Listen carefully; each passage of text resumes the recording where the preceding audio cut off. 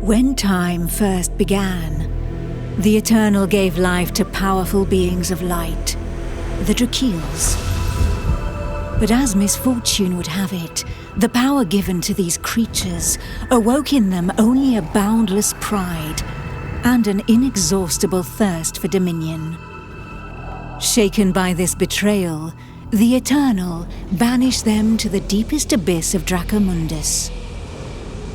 It was there, in the depths of the earth, that they twisted into the monstrosities that we know today as dragons.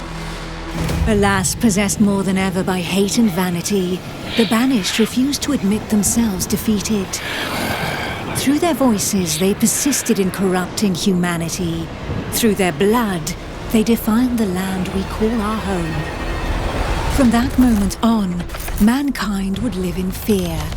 Fear that one of the Dragon Lords, the most powerful of the Banished, would one day return to the surface. With the support of his Dragonkin, Saw Ichnog succeeded in escaping from his subterranean prison. And brave souls, guided by the light, rose up and vowed to push him back. Soldiers of the Order, righteous and faithful to the Eternal, who suffered body and soul after coming into contact with draconic corruption. Rare were those who remained impervious to the depraved whispers of the dragons on the outskirts of this gaping breach. One such person was Godefroy of Clerval, Grand Knight of the Order of the Eternal.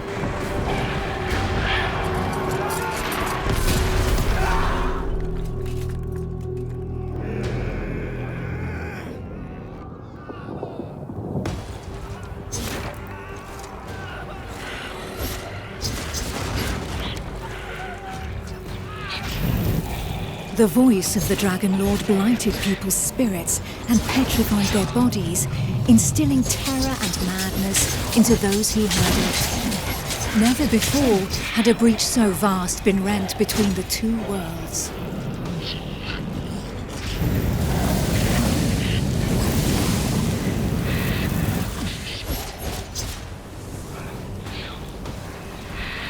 It was here, at this wound between worlds, that the corruption was most potent. One by one, haunted by the whispers from below, the people succumbed to madness. Draconic blood sullied the earth and corrupted the creatures that trod upon it.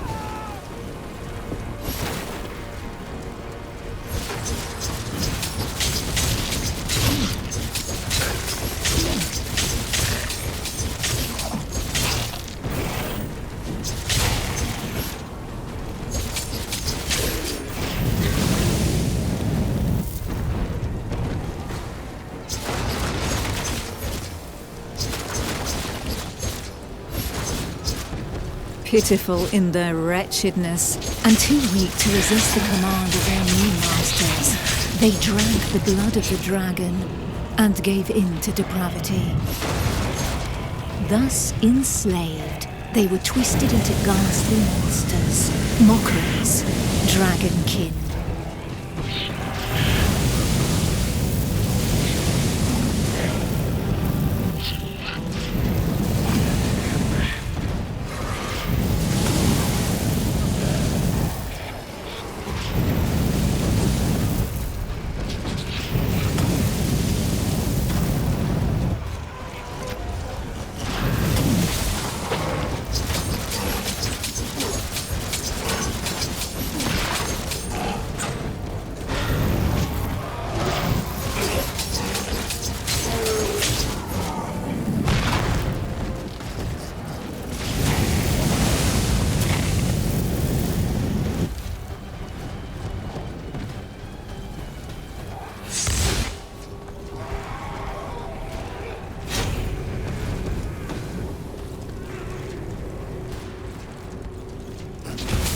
Men, women, children, animals, for as many slaves as there were devoted to their cruel masters, just as many grotesque monsters blindly obeyed any order given to them by their Dragon Lord.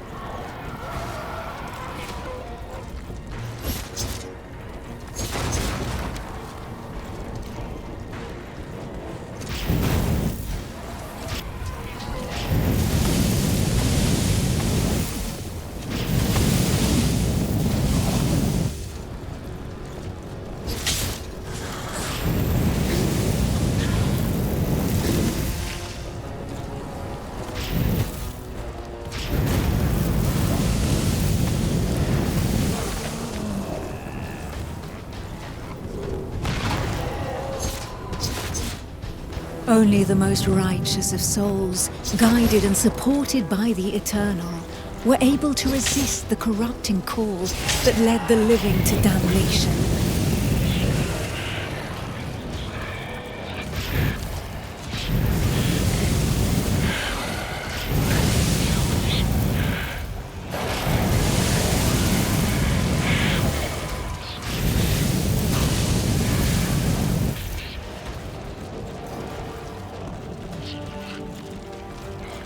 These righteous few bore the feeble flame of man through the darkest shadow, and though it flickered, it would not be extinguished.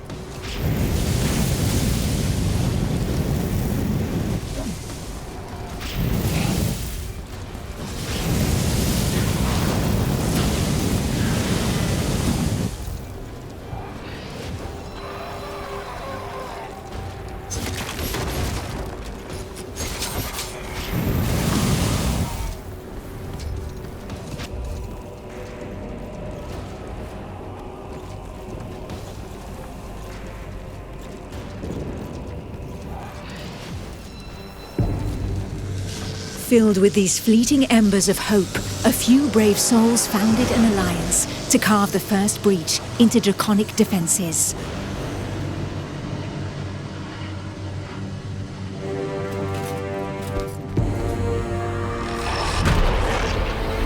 Here, the Dragonkin's power was strong. It fused our world with that of the Banished.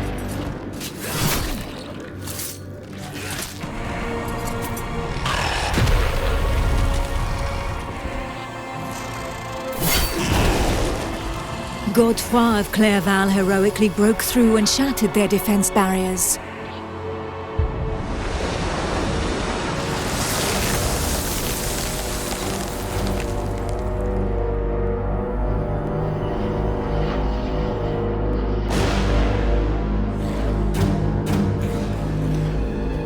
This act of bravery, a feat of the righteous alliance of men, allowed me to lend aid to the Knights of the Order of the Eternal.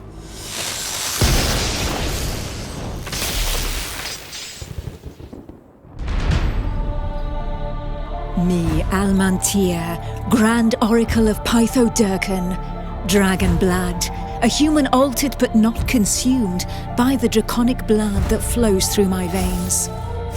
My sisters and I have powers given to us by the dragon, but our souls remain our own.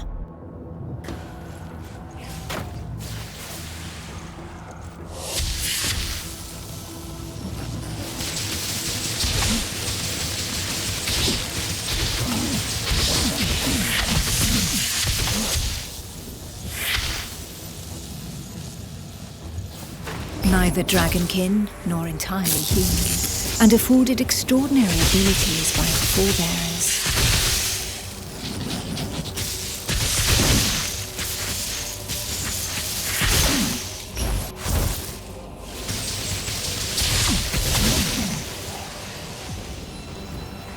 By those who drank the blood of the only banished dragon to have ever repented before the Eternal.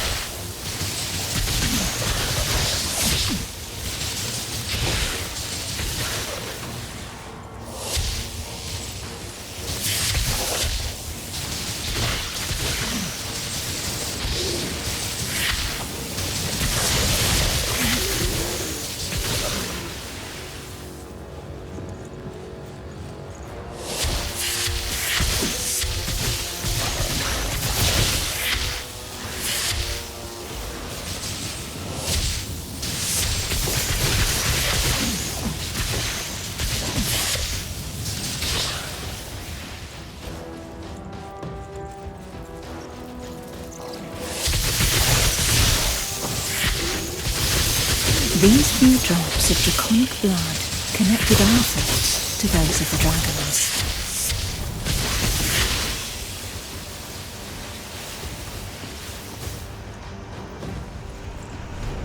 Struck by fleeting visions, we sought glimpses into their deeds and understanding of the themes that drove them.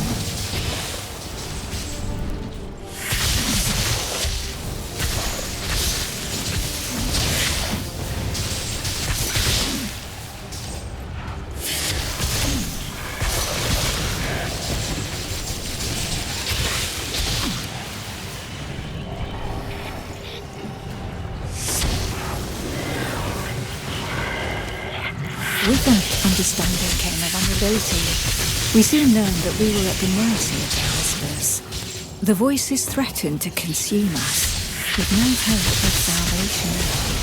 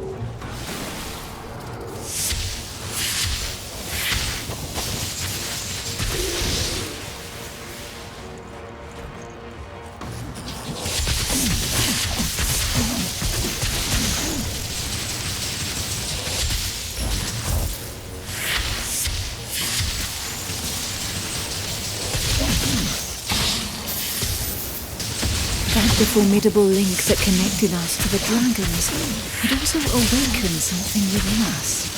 We lived strong in the certainty that the Eternal had pardoned us for the draconic corruption in our veins.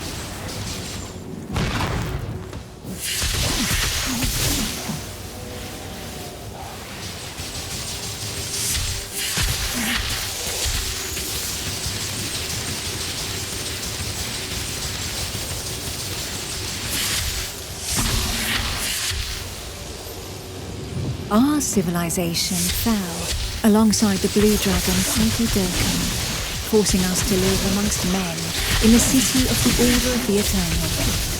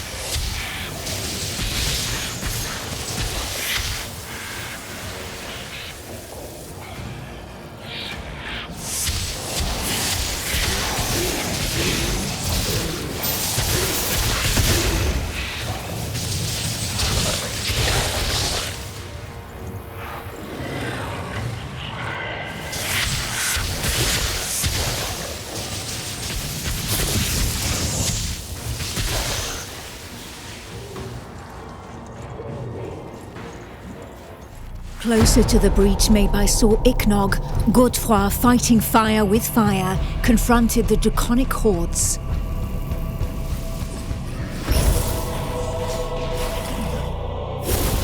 I battled by his side, but my strategy was less direct.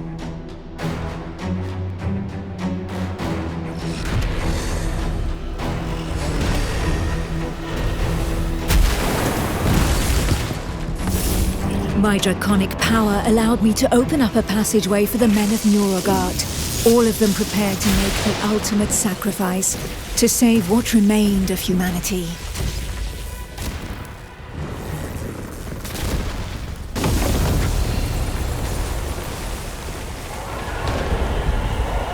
Once this invisible barrier had been breached, they knew that their lives would hang by mere threads.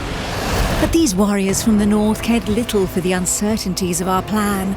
A hero's death in the heat of battle with their enemy was the greatest honor that could befall them. Led by the pale dragon blood Harold Truelson, the barbarian fleet had but one objective: to lure the enemy into the open sea and leave the path to the breach vulnerable. If a single vessel reached the coast, then this sacrifice would not have been for naught.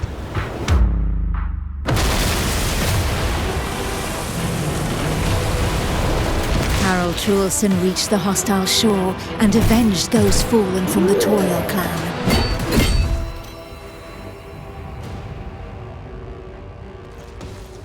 The barbarians of Nurogard feared neither pain nor death, and they welcomed violence as they might an old and familiar friend. Truelson knew this friend better than most. His existence thus far had been one of suffering, of hardening his resolve, and of preparing to endure the worst of torments, without losing the one thing of value every warrior of his clan held dear: his soul. While the Knights of the Order of the Eternal had always been forbidden from making use of dragon's blood, the warriors from the north, staying true to their values, had taken this risk. A select few, highly trained clansmen, risking their lives in the process, had successfully imbibed the pure dragon's blood without succumbing to the corrupting voices. Among them was Truelson. To become a dragon blood barbarian, he paid the ultimate price and cast away a portion of his humanity. In exchange, previously draconic powers that he put to use for the Toriel clan, the Eternal and humanity at large. And even if all others, from Montesquieu to Nurogard, recognized the courage and sacrifice of these brave warriors, there was not one that did not also regard them with sincere disgust. While there could be no doubt of their loyalty to Toriel, defender of the Eternal, their bodies, defiled by the dragon as they were, drove the rest of mankind to reject them. Truelson, for his part, cared little for his appearance. What did this matter after all, as long as his soul remained intact?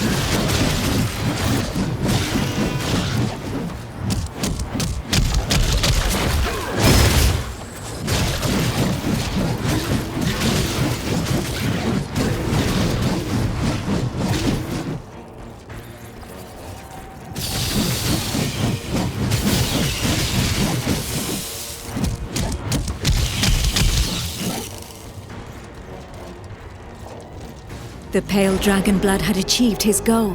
The Alliance's plan, as unlikely as it was to succeed, could run its course.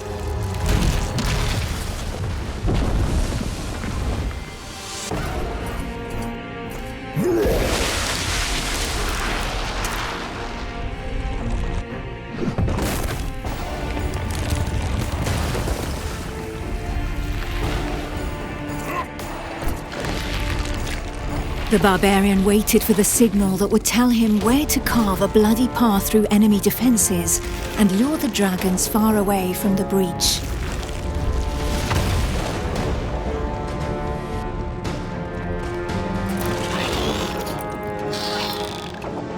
The Kongirati nomads, every bit as proud and as fearless as the warriors from the north, joined the alliance of men to help push back Sor Iknog, the Crimson Dragon.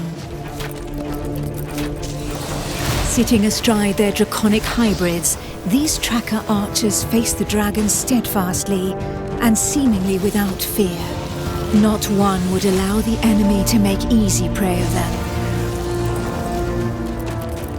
Hides, wings, teeth, blood. For the Kongirati, each draconic monstrosity was not only a threat, but also a quarry from which they could gain valuable resources.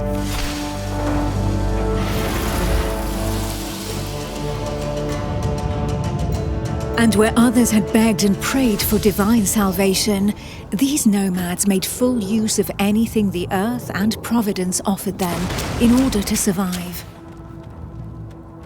Their master tracker, Eula, however, did not see things in such stark shades of black and white. Of all those who made up their number, she was the first to recognize the value of this eternal light. She rejected neither the ancestral traditions nor the tracking of the Dragonkin, who had made it possible for the Kongirat to excel in the arts of potions, alchemy, poisons, and draconic hybridization. How long would her people be able to continue traveling freely if the corruption were to poison the entire world? It was for this reason that she joined the Alliance of Men.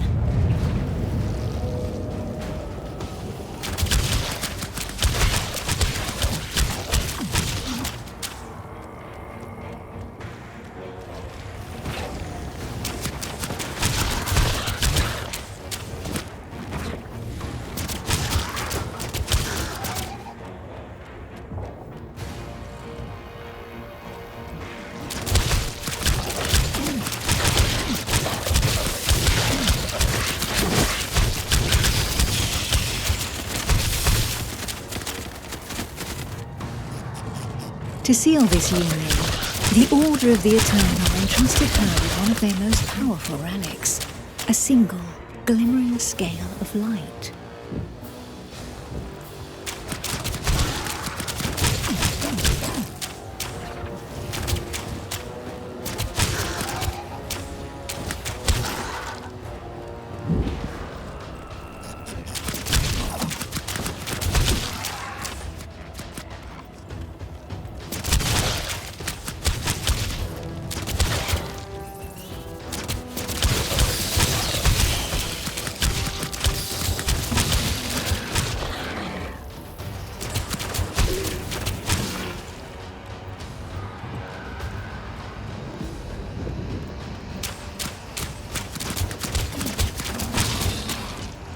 If the legends are to be believed, this scale had been pried from the hide of one of the Drakeels in the heat of battle, back when these beings of light had pushed back the banished dragon lords that ventured too close to the surface.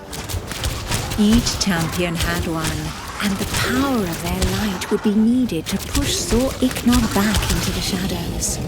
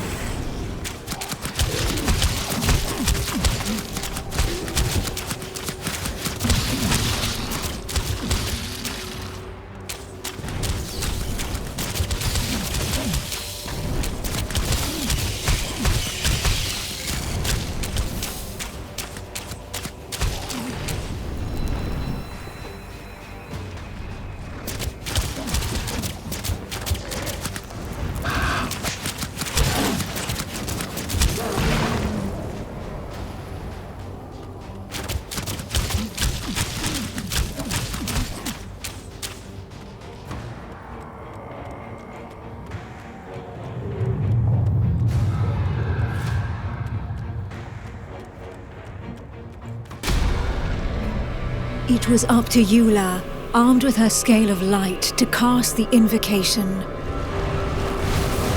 She would then know whether she had been right to put her trust in the Order and in joining the Alliance.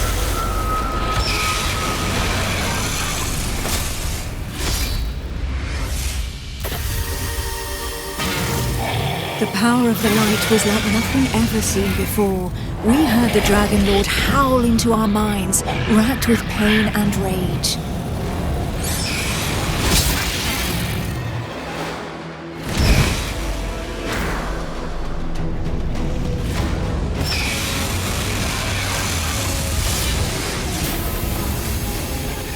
So close to the Dracomundus, our souls suffered as from 1,000 deaths, but we held fast to our positions.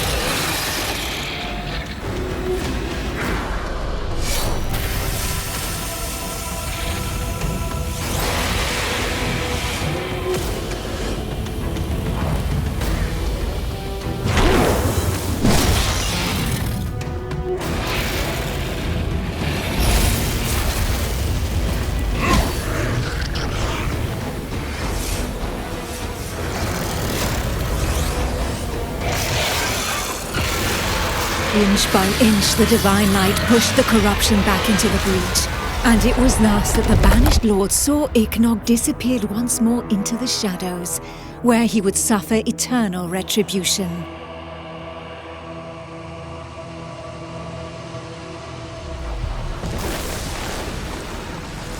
Once calm fell, we were all that was left, the sole witnesses to the feat accomplished by the Alliance of Men.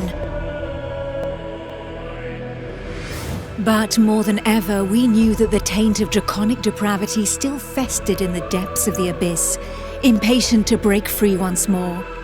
Thus, from the union of men and their allies that stood together in the face of the draconic threat, an elite corps was established within the Order of the Eternal, the Dragon Hunters.